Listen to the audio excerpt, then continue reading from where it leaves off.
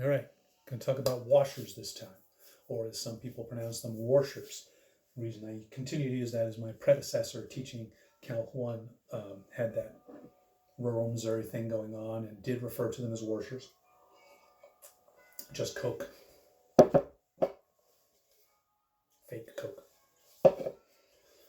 I left the picture up from the discs method so we could compare the washers to the discs. I want to review what we did here. We took this shape, rotated it around the x-axis, sliced it up into discs, and then found the volume of each disc, added them together, took the limit as the number goes to infinity. We know that that's the integral.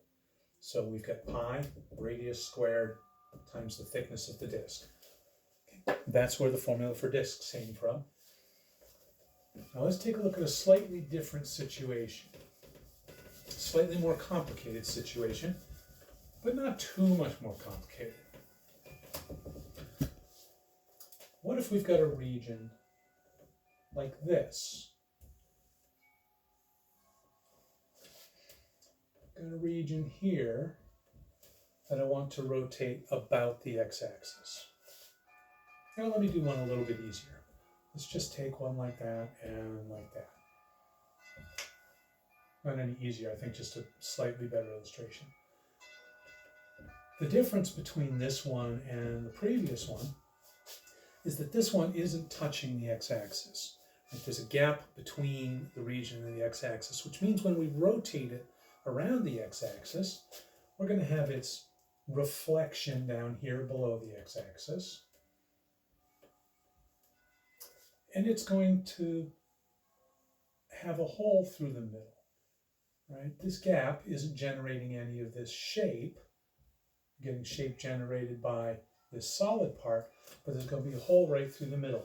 And you know, we're in the middle of coronavirus times. I always try to name the shapes of the things that we end up with, and this one reminds me of a roll of toilet paper. So we have a shape with a hole through the middle. And if we were to slice our roll of toilet paper here, I'm going to get rid of some of these lines.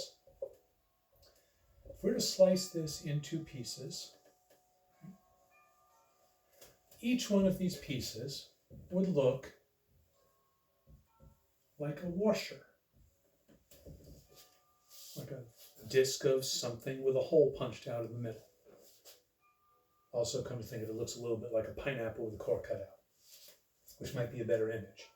So here, we don't need the volume of discs, we need the volume of washers. And how are we going to find the volume of a washer? Well, I think the easiest way to think of it is that a washer is a disc, is a cylindrical disc, right?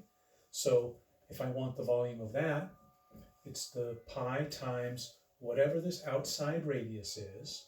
Let's say that's our top function, right? If that's f of x, then the radius of the outside of the washer from here to here is just going to be whatever f of x is. So pi times f of x squared dx, right, for our thickness here of the washer is going to be dx. And then I want to remove from that this little cylindrical region in the middle. I want to pull out that little cylinder, and the volume of that little cylinder is going to be pi times whatever its radius is, say g of x. So pi times g of x squared dx. It's going to have the same the same thickness, of course. So we get our little disk pulled out of the middle from the smaller function, the disk at the outside from the bigger function, and we can simplify that. We get v equals pi times the quantity f of x squared minus g of x squared dx. Put those in parentheses there, or brackets. We just factor the dx out to the end and the pi out to the front.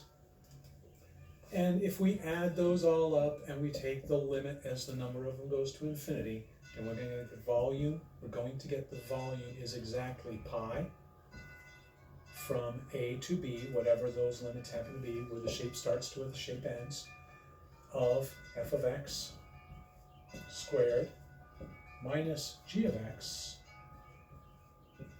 squared dx. Okay? There's our integral. That's the rule for finding a volume of a revolved or rotated solid using washers. It is no more complicated than the disks. You just have to remember whichever function is bigger, use that first, minus the smaller function. We'll come back and do probably just a couple of these because they are so similar to disks. I don't want to get too repetitive. See you next time. And I'm going to go turn those damn chimes off.